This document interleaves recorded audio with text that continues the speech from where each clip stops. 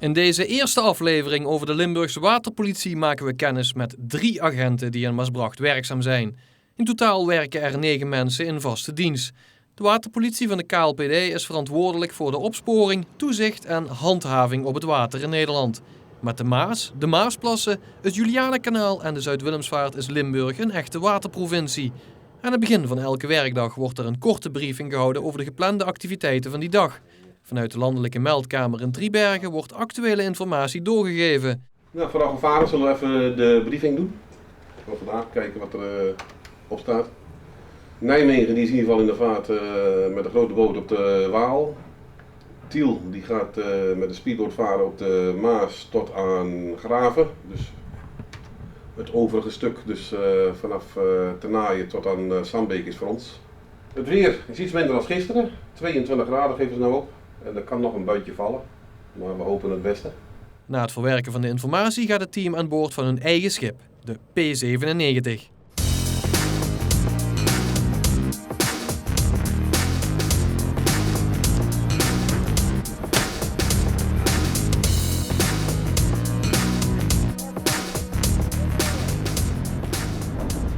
Welkom aan boord van de P97 van Maasbracht, de waterpolitie KLPD. Deze boot is van september 2008 en is bijna een jaar oud. En hier mogen de komende jaren gaan wij hier dus mee werken. En ik wil jullie graag even laten zien hoe de boot er van binnenuit ziet.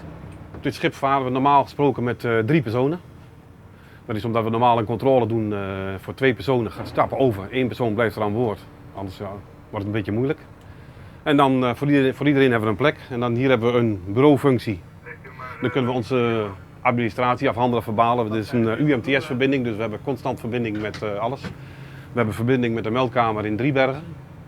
En hier in de mast zit een warmtebeeldcamera en die kunnen vanaf hier ook besturen. We hebben geen rolverdeling. Vroeger had je een bootsman, maar dat hebben we niet meer. Iedereen die hier aan boord is, die kan in principe al na gelang uit de jaren dat hij ervaring heeft, maar die kan hier varen. Die vaart, die doet alle werkzaamheden. Dus daar zit geen verschil tussen. Dan hier hebben we het plekje van de stuurman, die dus het hele schip bestuurt. Het gaat dus niet meer met zoals vroeger ging met een roerhaspel, maar met een joystick die links daar. Dan hebben we dus een dubbele besturing, we mochten die uitvallen, die is hydraulisch. Dan hebben we daarvoor dat schakelaartje zitten en dan kunnen we dus naar de noodbesturing, elektrisch sturen. Die heb je dus bij beroepsschepen is dat altijd verplicht. En dat knopje voor, dat is de boegschroef. Dus kun je met het voorschip naar stuurboord of naar bakboord wegzetten. Is dat moeilijk voor u? Nee, dat is helemaal niet moeilijk. Nee, dus, we hebben 2 schroeven. Dus we kunnen 1 schroef naar achteren doen en de andere naar voor. Ik zal het even voor doen. Als ik deze schroef, de linkerschroef naar voren doe en de rechtsschroef naar achteren, dan gaat het hele schip draaien. Als ik de rechtse schroef naar voren doe en de linker naar achter, dan gaan we met het hele schip naar de andere kant op. En zo kunt ze dus heel makkelijk draaien. In combinatie met de boegschroef en het roer is het heel makkelijk varen. Kind kent de was doen. Een kind kent de was doen, ja.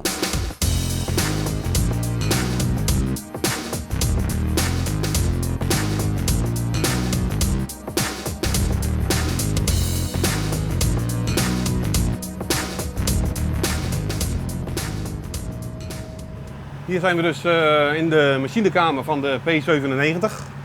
Hier staan 2 Volvo motoren, elk 12 cilinders, 700 pk per stuk. Daar kunnen we dus een topsnelheid mee halen van rond de 41 km per uur. We hebben alles elektrisch dubbel op, dus alles is en 220 volt en 24 volt. Daarom hebben we hier ook 2 bluspompen staan voor 220 en 24 volt. Mocht de ene uitvallen, hebben we altijd nog de andere. Dan hebben we hier ons aggregaat dat voor de stroomvoorziening zorgt.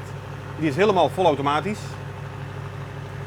Hier over stuurboord achter hebben we de airco. En mocht het te koud zijn, hebben we hier de kachel voor de wintermaanden. En de gele kast daar, dat is ons hydraulisch systeem. Daar kunnen we de kraan mee bedienen, mee sturen. Alles wat hydraulisch heeft te maken. En dan hebben we de hele machinekamer gehad. Waar gebruikt u dit bootje voor? Nou, dit bootje, het is eigenlijk een bijbootje voor noodgevallen dat we dus verstoring zouden krijgen. Maar de hoofdzaak gebruiken we hem voor de zomermaanden. Vooral hier in Remond zijn, hier mag je maar 9 km per uur. Veel recreatie. Als we dus met de grote boot aankomen varen, met een hoogte van 9 meter, die zie je dus al op kilometers afstand aankomen. Dan pakken we meestal dit bootje erbij, die zetten we overboord met onze eigen kraan. En dan gaat het bootje een kilometer erachter varen, de grote boot, of een 1,5 kilometer ervoor. En dat is zeer effectief. U geeft natuurlijk wel wat tips vrij nu. Maakt niet uit hoor, dat hou je toch. Wat zit er allemaal bovenop die mast?